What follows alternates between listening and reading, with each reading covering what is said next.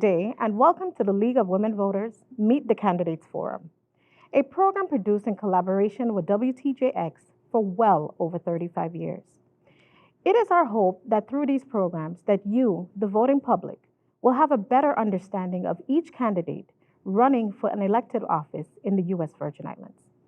We invite you to look at all our programs for the 2022 election year right here on WTJX with candidates seeking office as a senator in the 35th legislature or as governor and lieutenant governor. Although all candidates running for these positions were invited, not all responded or accepted our invitation. We are delighted to have with us here today two candidates running for the position of Senator at Large in the territory. I am Pamela Toussaint, a member of the League of Women Voters of the Virgin Islands, and I will be serving as your moderator for today's program. The candidates have been informed in advance of the guidelines for today's program. No candidate has had access to the question in advance. The first responder to each question will be rotated among the participants. Answers will generally be kept to 60 or 90 seconds with challenges and rebuttals of 60 seconds each. Changes in the timing of a question will be announced in advance. Any comment directed specifically at another participant will be followed by a rebuttal of 60 seconds. All are expected to be respectful of one another. So let's begin. I will first ask each candidate to identify who they are and to state their political affiliation and ballot number. We will learn more about each candidate as the discussion continues. Let's start first with the candidate at my side, Mr. Bolkes. Please state your name, ballot number, and affiliation. Greetings and salutations. I am Angel Bolkes Jr., your Democratic candidate for Senator at Large, number 2 on your ballot. Thank you. Ms. Francis? Good day. This is Sherry-Ann Francis, independent candidate for Senator at Large, number 1 on the ballot. Thank you. Now, for our first question, and I'll start first with Ms. Francis. And we'll first begin by talking about the at-large position specifically. Ms. Francis, what do you see as your role and responsibilities as the at-large senator for the U.S. Virgin Islands? According to the Virgin Islands Code, the Senator at Large position must be a bona fide resident of St. John for 3 years. As the representative for St. John, you have to bring the issues and concerns of St. Johnians. However, you're voted on territorial, so it gives you a bird's eye view of all the issues throughout the territory. So we tend to be the deciding vote when it comes to issues that may separate one district from the other. Thank you. Mr. Bolkes, same question. Thank you. Thank you. While the responsibility of a senator at large does not differ from any other senator, the senator at large's role specifically is to create balance within the organization and the institution of which it serves. It is relatively important to understand that balance within both districts and territorially as a whole is very important. The senator at large also represents a territorial aspect of the voting populace of the Virgin Islands as a whole. Thank you, Mr. Bolkes. Mr. Bolkes, we'll go to the second question, and I'll have you start first with that. The question reads, what training, experience, or accomplishments do you believe shows your ability or readiness to be an effective at-large senator? And you have 90 seconds to respond. Thank you. I've worked in many capacities. I've been a teacher. I taught computer technology and Spanish. I've worked in the hospitality industry for many years. I've also studied business administration. I'm also a current Board of Education member. I am the National Committee Man of the Democratic Party of the Virgin Islands. I'm affiliated with many 501c3 organizations that have done great work within this territory. I have even worked for the Board of Elections as the administrative assistant to the board, and I left that job to further apply myself, and I worked for one of the senators in the legislature for 2 years as a part of trying to grow and understand the intricate process of bill to law and how the legislature works.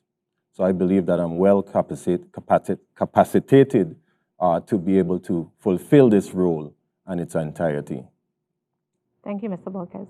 Ms. Francis, same question. I studied political science in college. However, I started my interest in politics in high school. My parents used to give me $3 a day, and one of those dollars would go to a newspaper. So I was always interested in the political process. I have a degree in political science from Norfolk State University.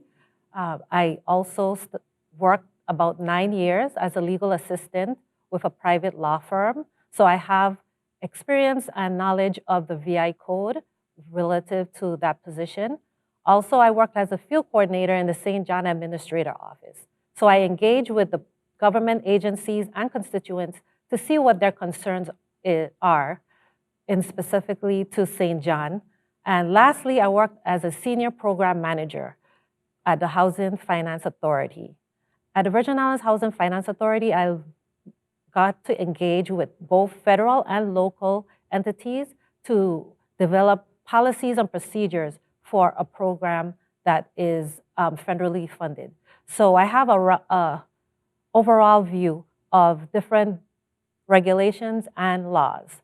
Also, I volunteered as a grant writer, and I wrote 2 grants that was actually financed. So that gives me some voluntary experience as well. I also was the president of the St. John Sporting Center, and lastly, I was a secretary for the Softball Federation. Okay. Thank you so much, Ms. Francis. Ms. Francis, I'll pose the next question to you. What do you see as any special or unique challenges to being an at-large senator, and how do you plan to address those challenges? One of the unique challenges of the at-large is it's a territorial position. However, you have 1 vote, the same as any other senator. So you must travel throughout the territory to get all their concerns and make sure that you don't have any bias towards one side over the other, and make sure that you are looking out for the betterment of the entire Virgin Islands. So it's unique that you have to, although live on St. John, you must travel throughout the islands and have only 1 vote as it relates to the other 14 senators. Thank you. Mr. Borges, same question to you in terms of the challenges that is unique to the position. Concerning the challenges for the at-large seat, specifically, it is challenging to have or be able to be available at any given point in time between all districts, in addition to having a staff that is scattered about within all 3 islands. Those are some of the challenges that I see with the at-large position currently. Other than that, having to be able to communicate with constituents about their specific concerns and not being physically available at all times is one of the greatest challenges. I think it's very important to understand that with the technology that is available now, we can try to close the gap with some of those challenges and having more communication when it comes to virtual to try to close the gap. But those are specifically the challenges that I see with the position right now. Okay. Thank you so much. And I'll pose the next question to you as well, Mr. Borges. As the representative for all the people in the U.S. Virgin Islands, which is what the Senator at Large position does, how will your voice serve for the people, especially those on St. John, considering that funding is quite limited in the territory? I believe it's important to know that St. John, and being a person that has lived there for many years, is always seemingly the child left behind. A lot of residents feel that way, and it is important to have a representative who understands the issues, who has been a part of the process concerning knowing exactly how things work within the legislature, to represent them and be that voice. Be that voice not in a condescending way to any of the colleagues that you may encounter in that body, but one of reasoning and balance to also push and advocate or lobby for some of the things that I believe and many others, many residents on the island believe are important to them. So you need to be able to reason and lobby and have balance within yourself in order to be that voice to represent and make things move forward for the island. Thank you. Ms. Francis, same question. The voice of St. John, how will it be heard with limited funding? I believe that's one of the areas where St. John has needed a strong voice. There were bills that were reallocated funds from St. John to different entities because they did not see the need for that funding. And if you have a voice that can express the need for the community with these funds, I believe that would benefit St. John. For example, there was some funds that were reallocated from the repairs of a building that was damaged throughout the hurricane that can't be repaired through federal funds that was reallocated to another program. As Senator at Large, I believe that we should be that voice to let everyone know, all my colleagues, know the importance of having funds for St. John, including ensuring that the St. John Capital Improvement Fund is continued to be utilized for infrastructure projects for St. John and not just for transporting waste to St. Thomas. So as that voice, I believe that we're very critical in that area and it's needed to have that understanding with your colleagues. Thank you, Ms. Francis. And I'll pose the next question to you. There has been some proposals on the table actually right now on restructuring the legislature that calls for increasing the number for an at-large senators in addition to district senators. What do you think of the suggestion of increasing the number of at-large senators throughout the territory? Ms. Francis? Well, increasing the at-large senators, although it creates a level of accountability throughout the three islands, it will also increase the budget because you'll have to have offices on all three islands. Also, you'll have to ensure that right now, running for senator, you don't have to have a high level of budget. But with multiple at-large positions, you'll also have to make that position could end up being a financial position where not just anyone can run for office. So it's important, I believe we should have a structural change within the Virgin Islands and a level of accountability, and districting can work. So I believe that it can be something that's successful where people will feel that they have a voice within their district. However, it'll also have to follow with funds allocated to each district. So that's an important key when you're apportioning the districts. Thank you. Mr. Bolkes, same question. What do you think of the suggestion of increasing the number of at-large senators in the territory?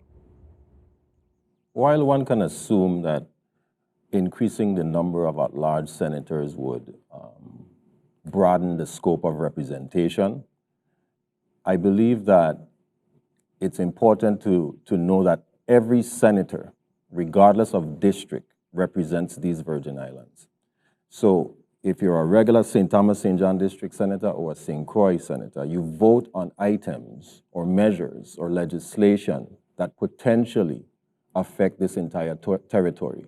So the at-large position, while it was created to support balance, increasing the number, one would assume that you would have more representation, but in fact, that is not the reality.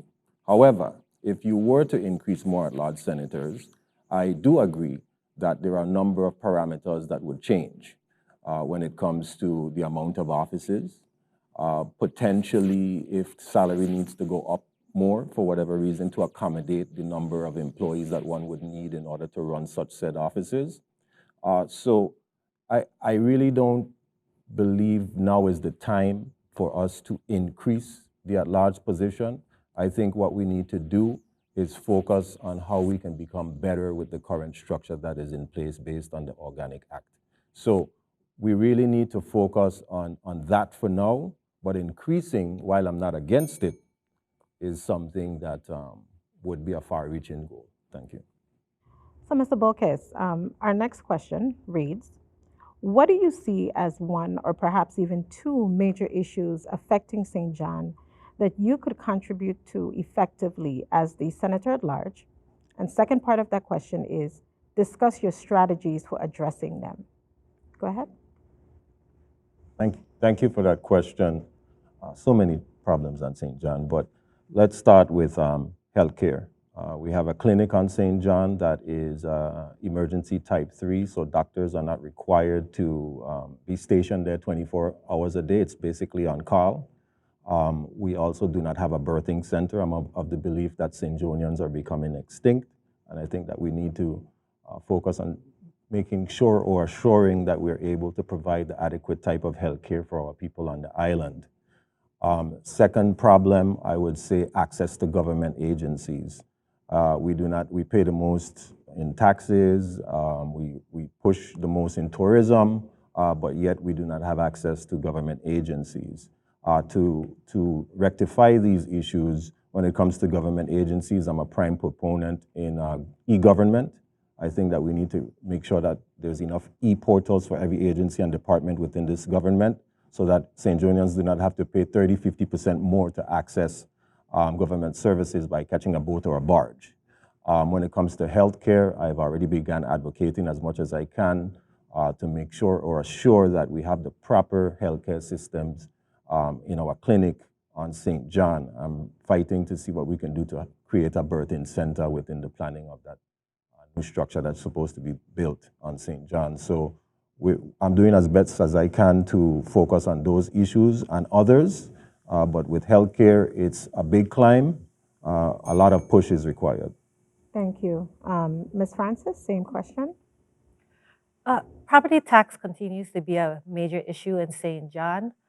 Currently, there is a circuit breaker that is utilized by the Lieutenant Governor Office.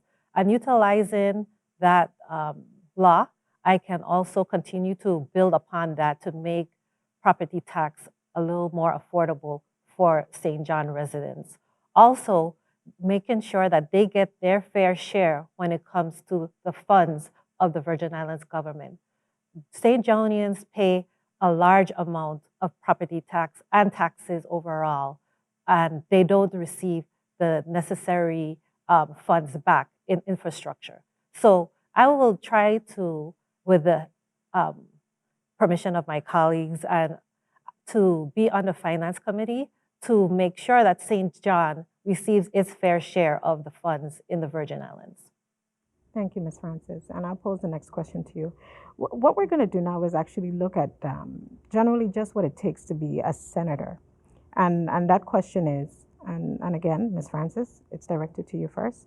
To what extent should moral or ethical issues in one's private life of a political candidate be taken into consideration by voters in making choices, and why? Well, moral and ethical issues, it tends to be very subjective. So what might be immoral to someone might be moral to someone else.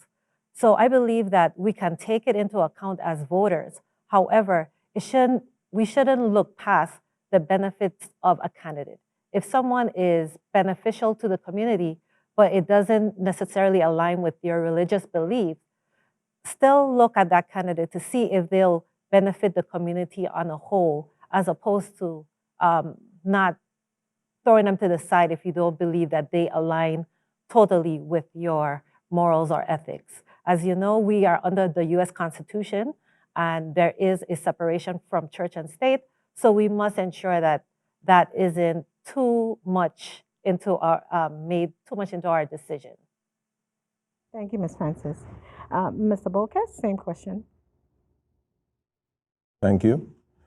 Concerning moral and ethics, while we come from a society that regards them in high favor, None of those things are actually outlined in Title 18, which outline the requirements of an individual who can run for office, whether it's for governor, senator, delegate, etc. However, I know that the voting population is very focused or wants to make sure or assure that whomever they may vote in for any specific position, male or female, that they have some sort of moral and ethical code so that they may be able to make the proper decision-making processes in the best interest of the people. So I understand that moral and ethics are very important, and I like to regard myself as someone who has a moral and ethic code. They are not truly required by Title 18. However, the voters do have a choice, and they can exercise their vote and utilize that vote however they may choose. And if moral and ethics are high on their regard list, then so be it. Let's talk about your vision for the Virgin Islands. And this question is posed to Mr. Bolkes. In 2027, that's actually going to mark the 100th anniversary of American citizenship for Virgin Islanders. And it would also mark 110 years since purchase from Denmark. Our question is, what is your vision with respect to self-governance for the U.S. Virgin Islands? And what role do you intend to play, if any? Now, I need to make special note that self-governance does not necessarily imply independence. Okay, Mr. Bolkes? One of the things that I am really passionate about is our people regarding ourselves as a nation rather than a territory. I believe it's important that we understand that we have a very huge melting pot of society here in the Virgin Islands that come from many, many socioeconomic, diverse backgrounds that have culture and heritage and tradition.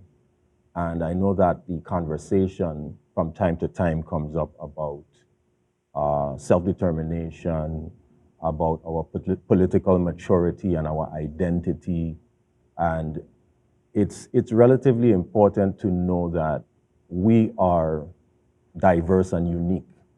And when it comes to us figuring out in whatever direction we choose, whether it's a constitutional convention, whether it's adopting the Organic Act, whatever it is that we choose, it's important that we must do it together. And the role I would like to play in that process, that historical moment, is to always try to bring unity to the forefront, regardless of where people are from, regardless of their color, regardless of their religion. So I think that's the part I would like to play when history calls upon it. Thank you. Ms. Francis, same question. As we know, the question of citizenship to the United States has been called the question in court. So it's very important that we decide where are we going to go. We have to have self-determination. Even before we have a constitution, I believe we need to decide what our status is, because it will be very important when we move forward to get a constitution. Previously, with the Fifth Constitutional Convention, it was sent back from the United States with some changes they requested.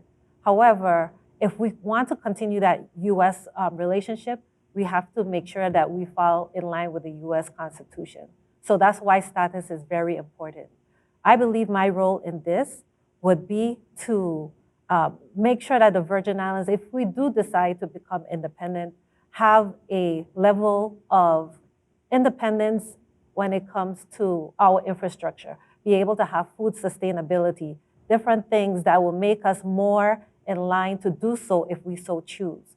And so we could be less dependent on federal dollars. So that is what I believe the role of Senator at Large should be as well. Thank you. And just to preface our next section of our conversation today, in a recent poll of the electorate in 2020, voters actually identified 4 major areas of concern. First one being education, second, crime, third, health, and lastly, WAPA. Let's look at each one separately and address them with your responses as it relates to you being elected, if elected rather, in the 35th legislature. Ms. Francis, I'll start with you first, and the question reads, with respect to education, many voters cited that as actually one of the major concerns. What do you see as the primary challenges facing education today? And what would you do in terms of your strategies? Would you apply to address those issues if elected as Senator at Large? And you have 90 seconds to respond to that question. Education is actually one of the areas that's on my 3E platform. And I believe that the structure of education should be changed, where we have a less centralized education system that's only mostly under the governor's office. I believe that we should give more of a role to the Board of Education. That way, both the parents, teachers, and other interested citizens would be able to vote on members of the Board of Education. So if we put, for example, the superintendent under the supervision of the Board of Education, that gives us a level of more accountability. Also, I believe that we should strengthen our alternative education programs. Make sure that there's certification in multitudes of industries, not only just a handful, but other areas such as marine, solar, different areas that is very critical to education.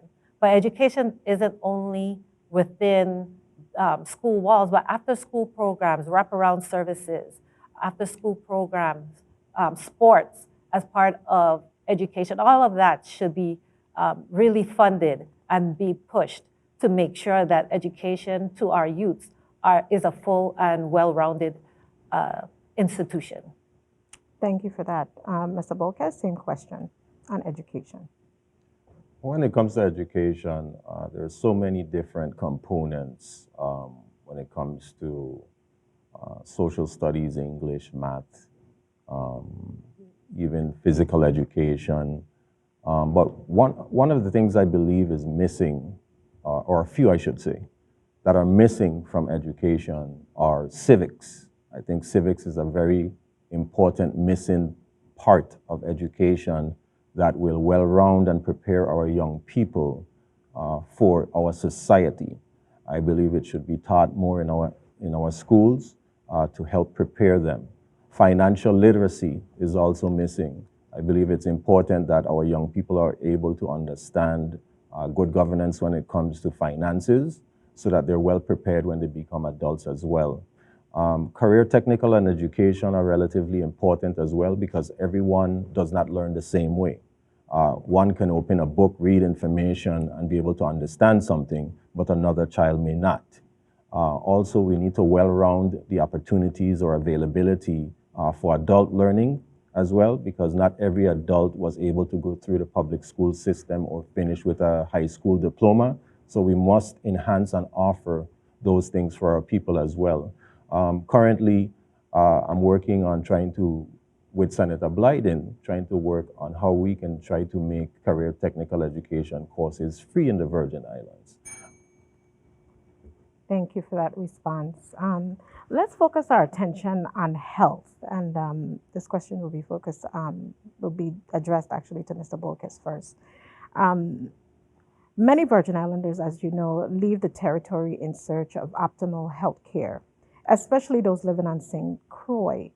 What do you see as the primary challenges regarding healthcare, and what would be your strategies for addressing them as Senator at Large in the 35th Legislature?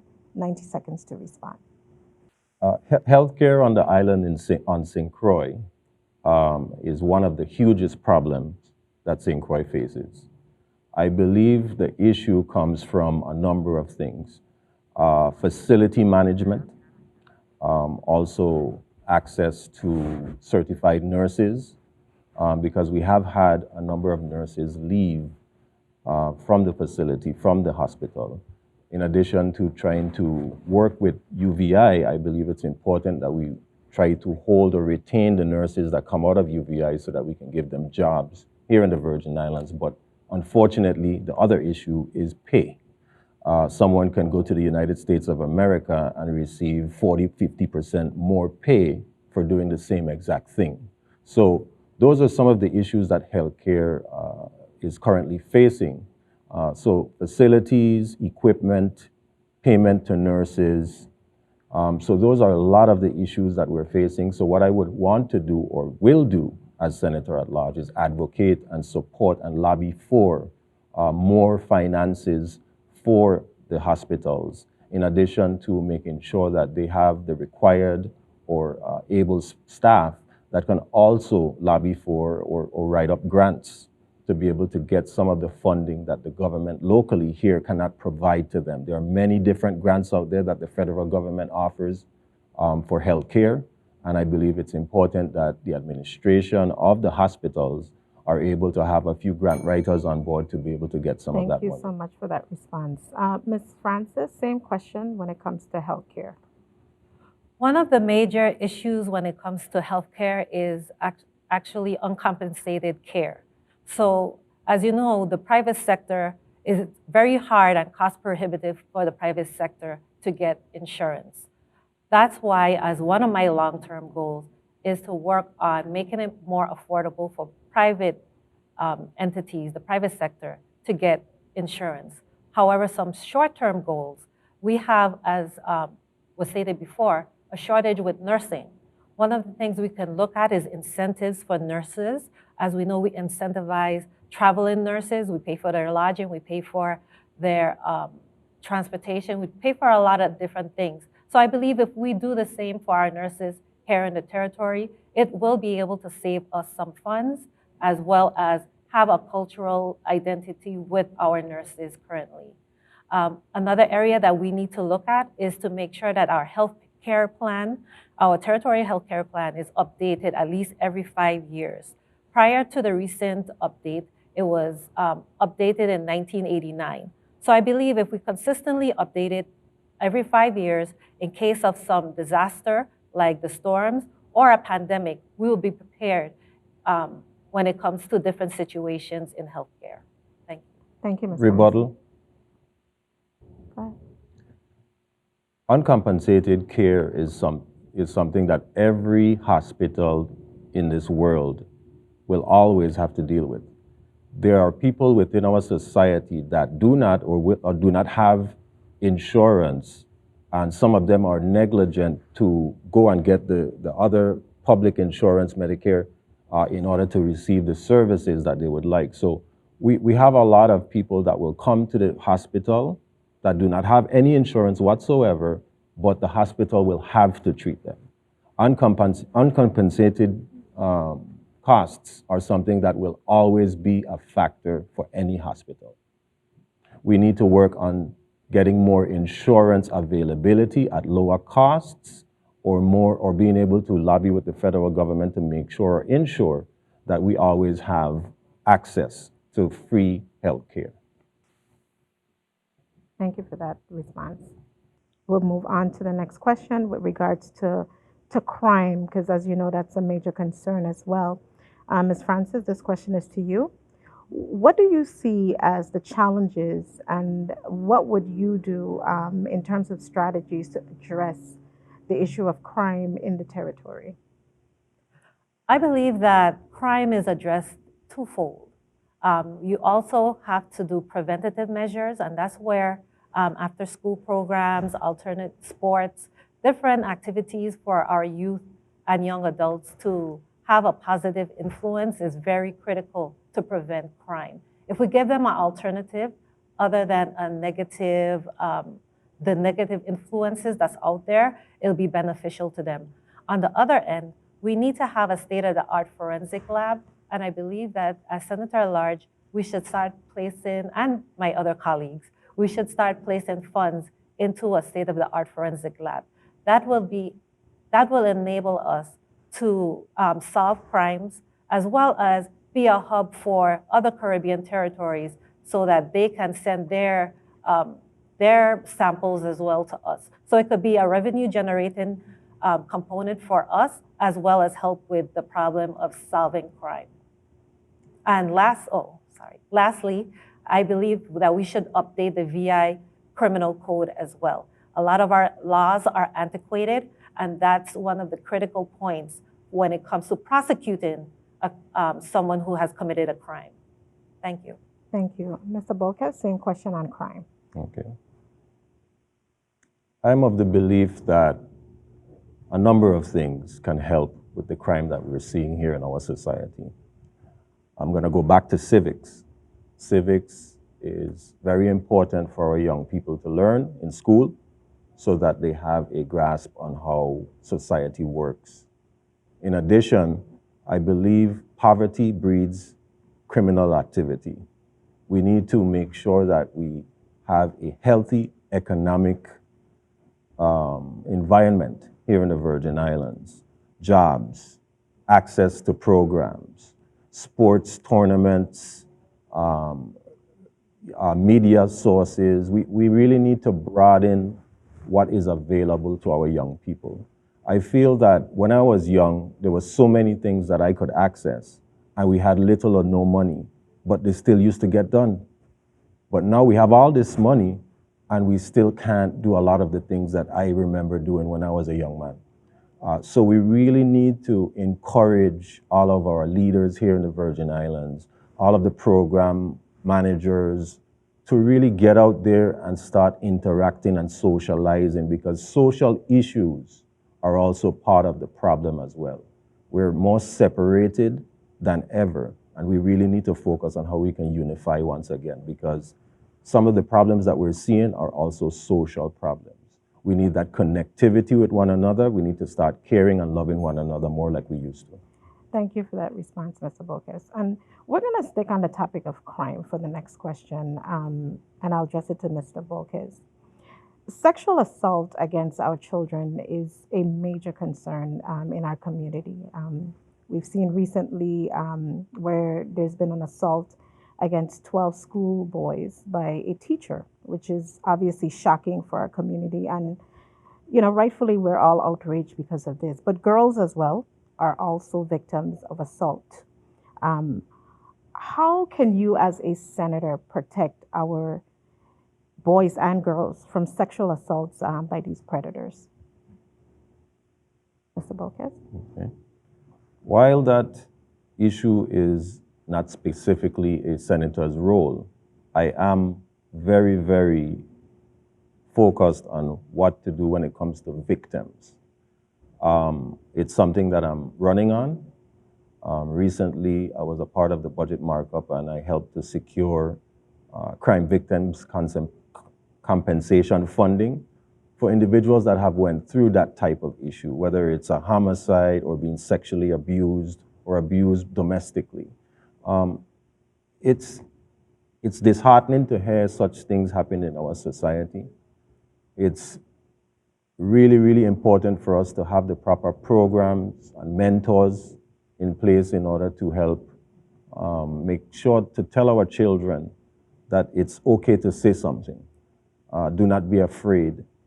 Young ladies, young men, we have to make sure to empower them, to let them know that communication is also very, very important, because if we do not communicate with one another, individuals such as this will continue to abuse our young people. So for me, I'm working on crime victims compensation, sparking more activity in programs like Victims United and other programs, the Women's Coalition. These are the leaders in that area when it comes to grief counseling and having support. So we have to make sure that they're well funded. Okay, thank you for that response. Ms. Francis, the same issue on protecting our boys and girls. I believe that it's very critical that we take sexual assault very seriously. Not only should we update the VI code to ensure that those crimes are able to be prosecuted, but as well as people who enable such activities that happen. So often there are people who know what's taking place, but they do nothing. So to ensure that these things don't happen, we must also prosecute those that know that it's happening, however, do nothing to do anything to stop it. Also, as stated before, you must ensure that individuals, the programs that actually deal with victims directly are funded. Women's Coalition, all of these different entities deal with grief counseling and make sure that people who suffer through things like this are on the front line. So they'll know where their funds should be allocated to. So on those two fronts, I believe as Senator at large, I can assist with that. Okay. Thank you for that, Ms. Francis. Let's turn to another area it's been a consistent conversation in our territory, having to do with the Water and Power Authority. And the question is, what do you see as the major challenges for the Water and Power Authority? And what would you do in terms of strategies to address them as a senator in the upcoming legislature? And that question is to Ms. Francis. When it comes to the Water and Power Authority, I believe that we should try to get more renewable energy. There's already an Act 7075, that is the Virgin Islands version of the Green New Deal, where we look to increase renewables when it comes to the Virgin Islands. So we could use that as the footprint and build upon it to help propel the Virgin Islands to a more green-friendly industry. Also, accountability when it comes to their budget. That's one of the things that the legislature is tasked with. So you look at what they are spending most of their funds and cut out the waste and ensure that the funds are directly impacting the citizens' electricity bill. So I believe that those are the two areas that as Senator at large I can assist with, making sure that their budget is in line with what we need, and also to have force them into more green, renewable energy through Act 7075. Thank you. Thank you, Ms. Francis, for that response. Mr. Bolkes, same question on the Water and Power Authority. While I know that the issues with the Water and Power Authority stem from the creation of energy, we should focus on more green energy, sustainable energy, yes. But the number one issue and problem with WAPA is fiscal responsibility. Every single person in this territory is a customer of WAPA. But yet, WAPA still has to come to the legislature to ask for monies for different things. They have not paid GERS for a number of years now and are in court. Fiscal responsibility is the number one issue with the Water and Power Authority of the Virgin Islands. As Senator at large, I'm going to crunch down and push as hard as possible to make sure that the fiscal responsibility of that entity is true and direct, because the people are the ones who are hurting, okay? It's been far too long that we've been facing this issue. Yes, we understand the dynamics when it comes to what power generators we have and the fuel or whatever we need to utilize in order for them to work. But the fiscal responsibility component is the number one issue with the Water Power Authority. Thank you for that response. Let's turn to our public pension system, better known as GRS. For the first time in about 25 years, GRS was actually not identified as a major concern by Virgin Islanders. But the question is, what is your understanding of why this is so? And what lessons can we learn about how this solution came to be and how we can continue along this path? My understanding of how GERS got in the situation that it's in is relatively the same what I mentioned about WAPA as well. Fiscal responsibility.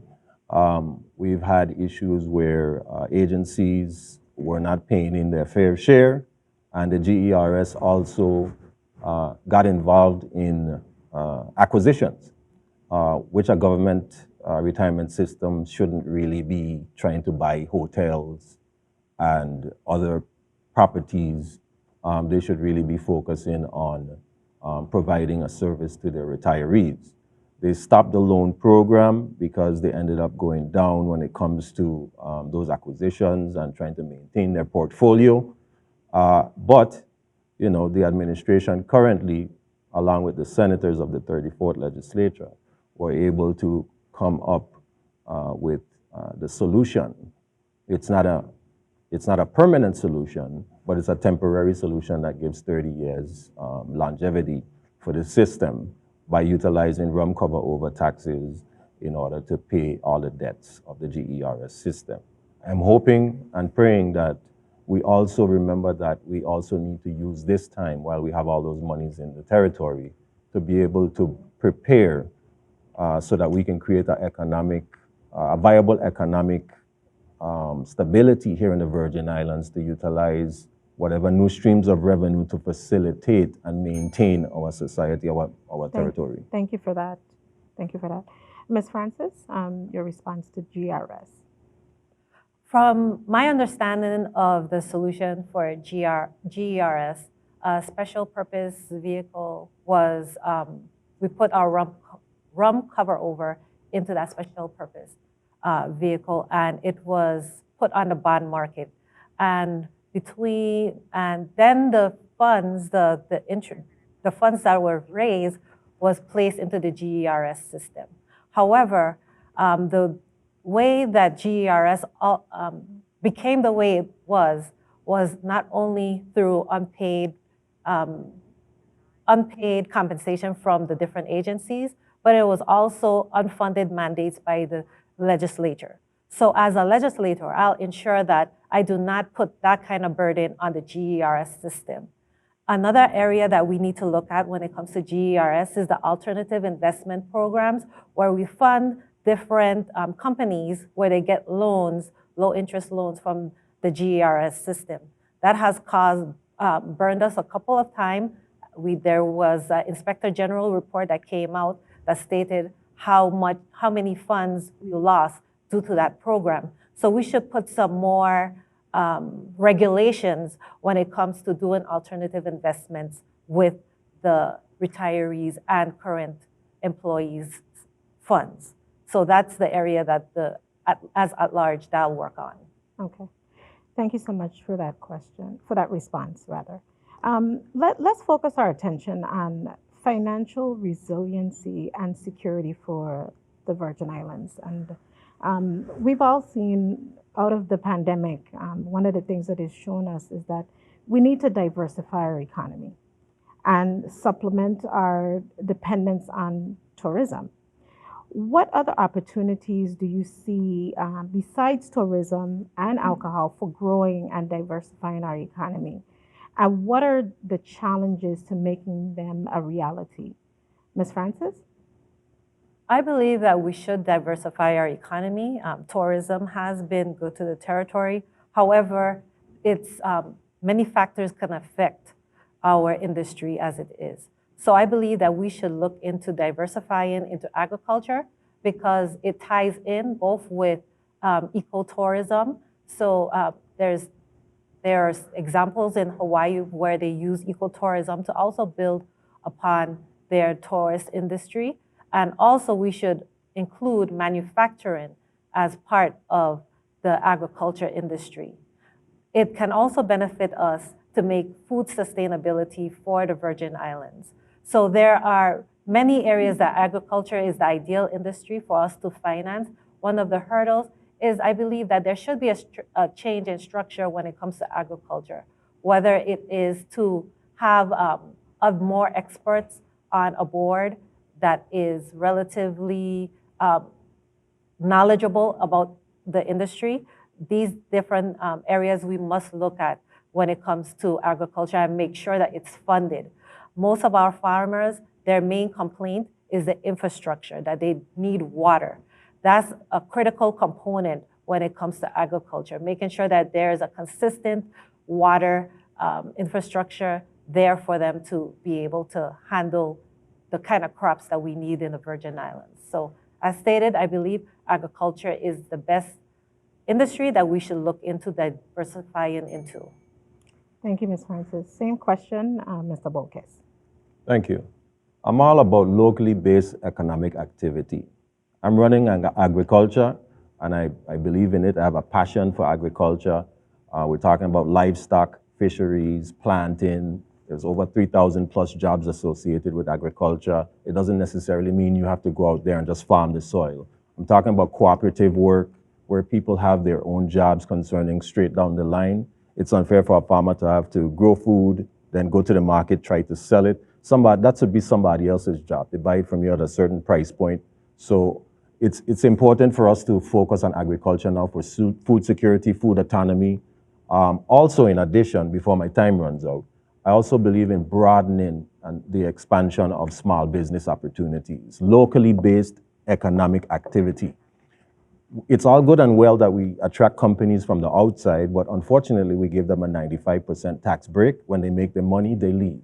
We really need to make sure that we broaden opportunities for young people, entrepreneurs, people who want to have businesses from their homes, people who live in housing communities and want to have businesses there too. As it stands right now, you have to go through a lot of red tape just to get a business license to have one from home. It's almost like they want to throw you out there and say, go pay rent, pay utilities, get all the permits you need, and then by the time you do that, you're already in the red. So we really need to open up and expand and broaden those opportunities for small business opportunities so that we can have people who are working even in housing communities so they can get out, because housing communities are transitional. They're not supposed to be generational. Thank you for that response. We have come to almost the end of our conversation today. So I'm going to give you each 60 seconds to close out in terms of, providing our voting public with a closing statement. So let's start with your name and then your final statements. Mr. Bolkes? Thank you. I am Angel Bolkes Jr., your Democratic candidate for Senator at Large, number two on the ballot. I want to say that whatever happens moving forward, the people have a choice to make.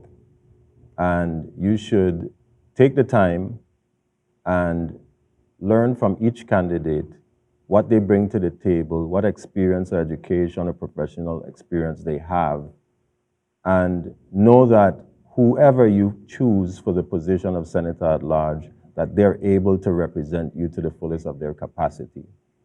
I have worked in many capacities throughout the Virgin Islands, and I've applied myself to many nonprofit organizations. I've worked within the legislature to further enhance myself, and I'm currently there through a blessing, if I can call it that. So I'm asking you for your vote on election day or early voting, wherever you want to give it, to vote for number 2, Angel Bolkes Jr. for Senator at Large. Ms. Francis? This is Sherry Ann Francis, number 1 on your ballot. We are one Virgin Islands. We all have the same concerns and issues, and we all want what's best for the Virgin Islands. Whether you're a Democrat, ICM, no party, Republican, we all want what's best for the Virgin Islands. I am prepared and ready to be your Senator at Large and to serve you in that capacity.